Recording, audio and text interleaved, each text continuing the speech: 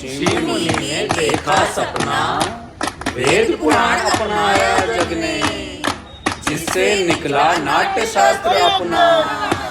भरत मुनि ने सूत्र बनाया, आंगिकम वाचिकम आहार्यम सात्विकम।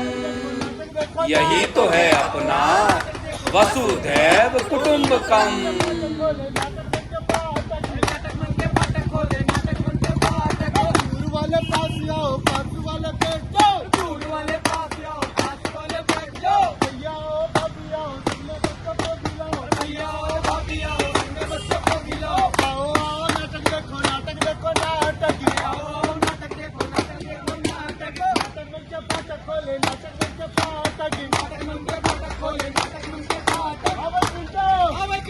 अरे भाई चिल्ला चिल्ला के क्यों बुला रहा हो, क्या बात हो गई? अरे भाई आप सभी को मैं आप दिखाने आया हूँ।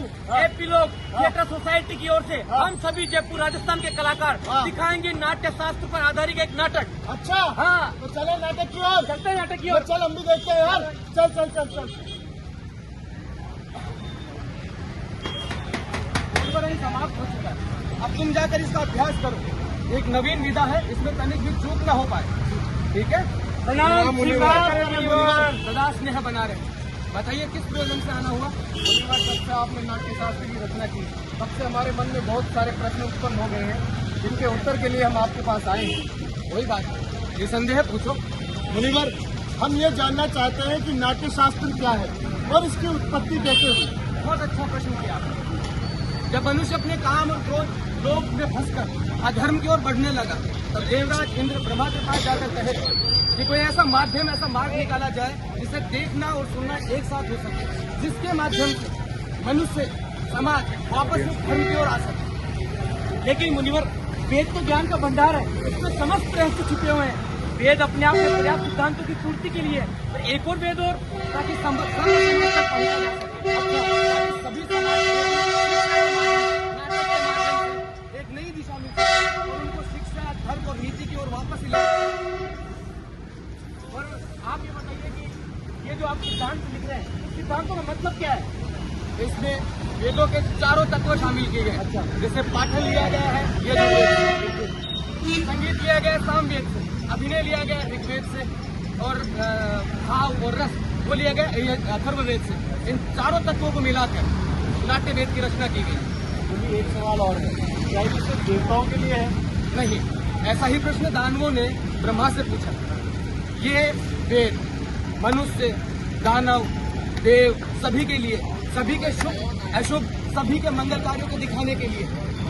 अब इसमें वेद, नाट्य वेद में ना केवल ऐसा, मतलब नाट्य वेद में ये नहीं है कि सिर्फ दानवों के बारे में नहीं दिखाया जाएगा, देवताओं के बारे में दिखाया जाएगा। इसमें सभी प्रकार की कलाएं शामिल होंगी, शिल्प कला, भाव, रस, ऐसा कोई भी ज्ञान नहीं है जो नाट्य में उपस्थित ना हो।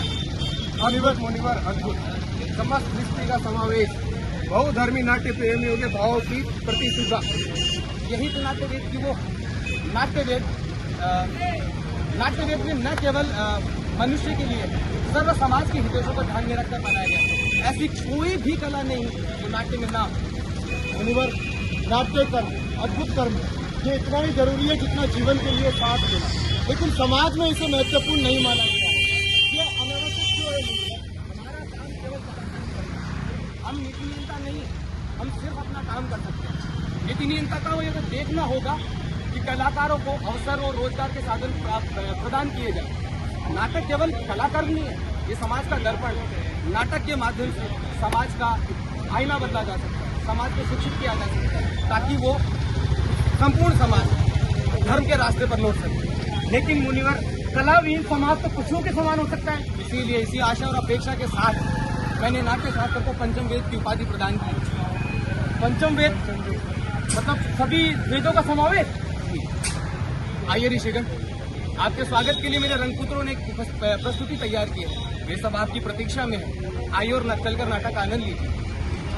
अरे आओ रे आओ, नाटक देखो रे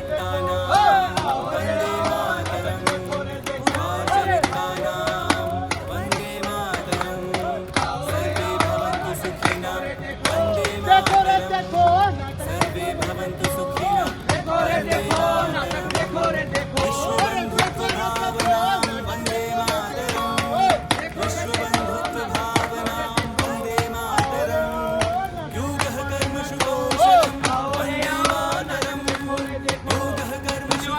इंशाल्लाह हम सभी कलाकार थिएटर सोसाइटी की ओर से, जयपुर राजस्थान की ओर से हम सभी कलाकार नाट्य शास्त्र पर आधारित, जिसके जो राइटर हैं, जिसके डायरेक्टर का नाम है सुनीता नागपाल, जिसके द्वारा नाटक प्रदर्शित किया गया है। धन्यवाद आप सभी का।